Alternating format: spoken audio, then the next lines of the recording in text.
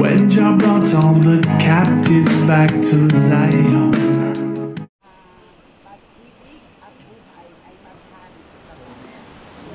Pagpalain ka nawa ni Yahweh. Driko. Okay. Dito po may bakante para ano po, para buo tayo buo. Dito po. Okay, yung dyan sa likod dito po, para yung bagong dating na gusto sa likod, dyan lang sa likod. Dito sa unahan may bakante, dalawa.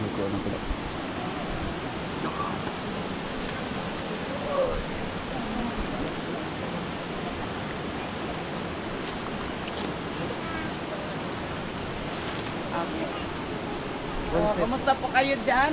God, Dito po good, sa ayos. unahan. Mabuti ang Diyos. Meron pong bakante anak. All the time. Give way. Glide, glide. Give way. Dito lang cameraman. Ayan. Okay.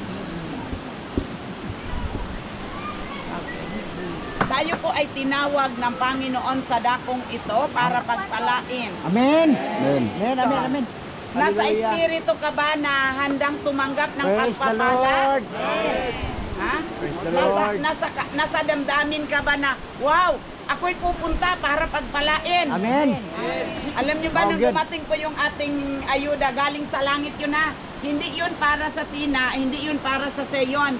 Pero ang Espiritu ng Panginoon sa ating barangay kakaptain, sabi niya, nakatanggap na ang kanangahan eh. Sabi niya, pwede ba ako humingi ng pabor na huwag na naman doon para ang Tina at ang Seyon ay makatanggap? Amen. O Biyaya diba yun. si Lord? Biyaya yun. Amen.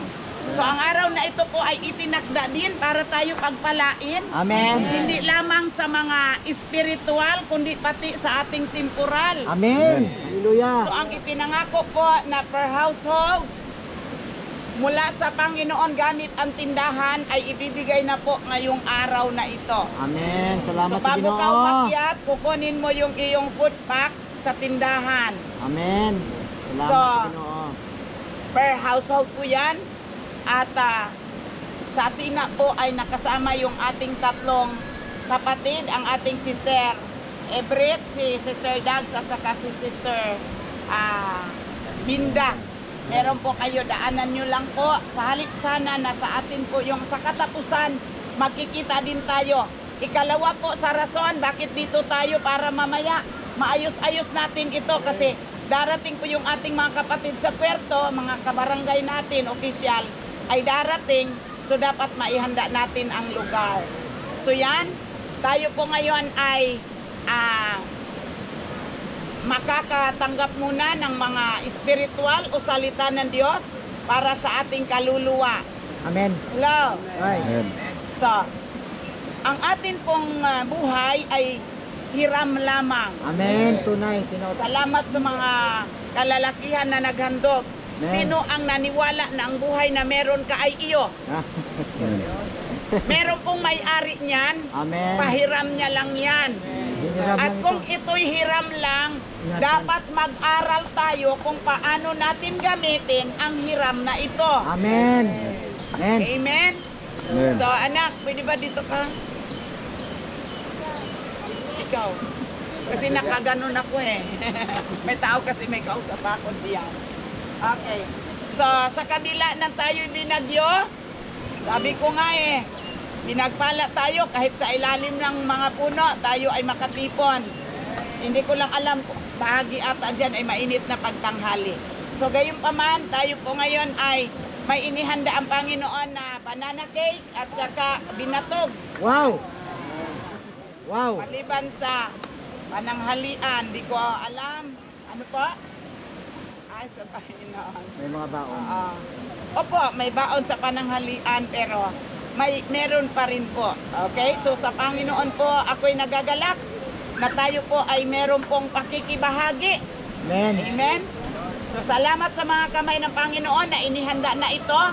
Nadala na dito. Sabi ko, ang sarap pagka sa Panginoon. Pag sabi kasi na alas 9, Kahit hindi na po katulad dati na alas 11 saka magpasimula. Ngayon po, kung ano ang kanyang sinabi, sikapin natin na ating maganap para makita natin na nagagawa natin ito sa kapangyarihan ng pananampalatayang meron tayo. Amen. Pag tayo sumampalataya na magagawa natin, makikita natin na magagawa talaga dahil ang Diyos na ating sinampalatayanan ang gumagawa sa atin. Hallelujah. Sabi po ng mundo, may utos daw ang Diyos na napakahirap sundin. Ano po ang sabi ng mundo? Mahirap daw, ha? Mahirap daw umibig sa mga taong di kaibig-ibig.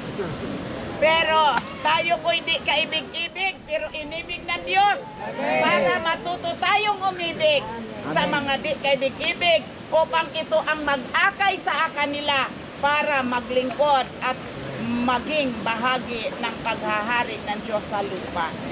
So salamat sapagkat tayo muli ay pinanagumpay. Amen. Naririnig ba ninyo ako sa likod? Amen. Amen. Amen. May kaagaw akong tubig. Pero okay lang, kasi buhay siya.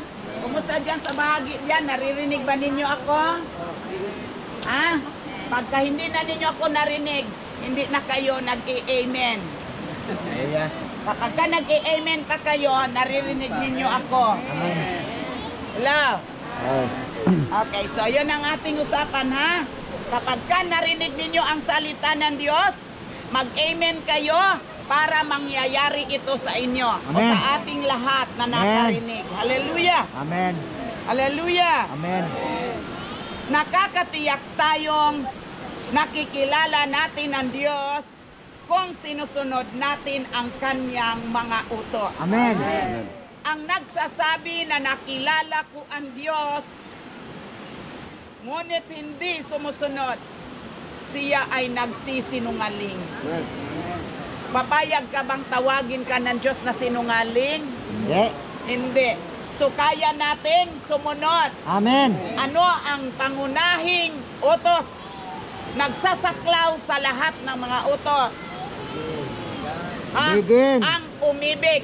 Bakit Umibig. ang pag-ibig ay siyang may kapangyarihang bumuhay? Amen. Tayo po sana'y pahamak na. Opo.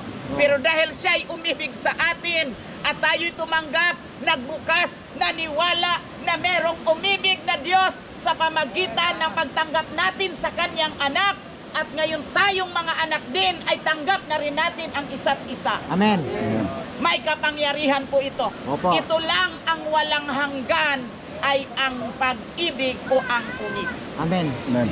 Amen. Hallelujah. So mga anak, magtitibay lamang tayo Amen.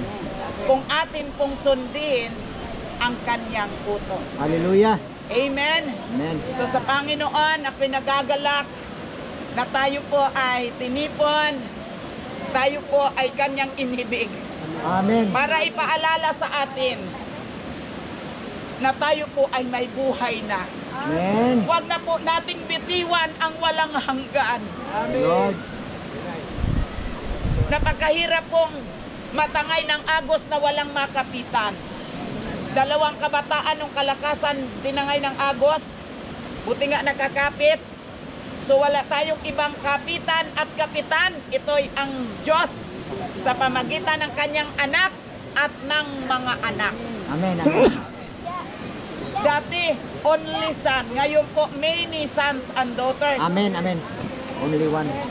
Na magiging daan para sa kaligtasan. Paano po natin tinatamasa ang kaligtasan? Ito'y ang pag-iibigan. Amen. Amen. Atin lang ma-appreciate. Atin lang pong maranasan what is heaven if we are what? Hello? Living in loving each other. Loving each other. Amen? Hello? Amen. Hi. Sabihin mo nga, I love you. I love you. Sino ang sinasabihan mo? Ang kapatid ko. Amen? So yung, pag sinabi mong I love you, hindi mo maiwasan kapag ganadama mo, kasama ang ngiti, kasama ang glory. Amen. Yung bagang, wow! Kaya sabi ko, Lord, patawarin mo ako na mamaya ang aakyat, ay magpapasan hindi lang ng 5 kilong bigas kundi kasama pa ang dagdag na mga goods. Ang sabi po ng pagsisiyasat, hindi 2 kilo lang kasi yung tinanggap noon 2 kilo. Hindi po malinaw ang sinabi na ibigay ang 2 salop sa kanila. Amen. Salamat, Panginoon. Salamat. Purihin pangalan niyo. Kaya lang patawad kasi may kasamang sardinas at noodles Hallelujah, at Panginoon. pihon. Alam. So kung hindi Praise po the ninyo Lord. magagamit yan, pwede nyo pong palitan. Yung sabon po ay maaabil naman Amen. doon sa itaas. So hindi na po kasama ang sabon pero yung asin ay kasama kasi inisip na yung bihon kasama na sardinas may panimpla. Hello. So salamat sa Panginoon na nagtagumpay siya. Ang sabi po kagabi na 9 o'clock kaya pagkatapos ng worship nagpackaging na kami kay para po kung merong hindi tutulong at aakyat na lang kahit hindi ka tutulong sa gawain pwede mo pa rin makuha ang packing mo doon sa tindahan. Amen? Hallelujah. Ang ibig ko po sabihin, gawain ito ng Diyos, ang duty mo, bahala ka kung gagampanan mo. Basta ako at ang mga kapatid ko ay maglilingkod sa Panginoon. Amen. Amen? Hallelujah. So, paano mo matiyak na ikaw ay nakakilala sa Diyos at umiibig sa Diyos at anak ng Diyos? Kapwa. Sa pag-ibig. Sumusunod. Sa Sabihin mo, kanyang sumusunod. Sumusunod sa kanyang mga utos. Katulad ngayon, pag sabing sa flowing bat, sumusunod. Amen. Amen? So, si Kristo ay handog sa ikapagpapatawad. Hindi lamang sa ating mga kasalanan, kundi ng lahat ng nagkasala. Amen. Amen. Malinaw ba? Malinaw. So, tayo din ngayon ay handog Amen. sa lahat Amen. ng nagkasala na maniniwala sa programa ng kaligtasan ng Diyos sa pamagitan ni Jesus. Amen. Amen. So kaya nga, ang nakay Kristo, kapatid na Jael, ang nakay Kristo ay isa ng bagong nilalang. Amen.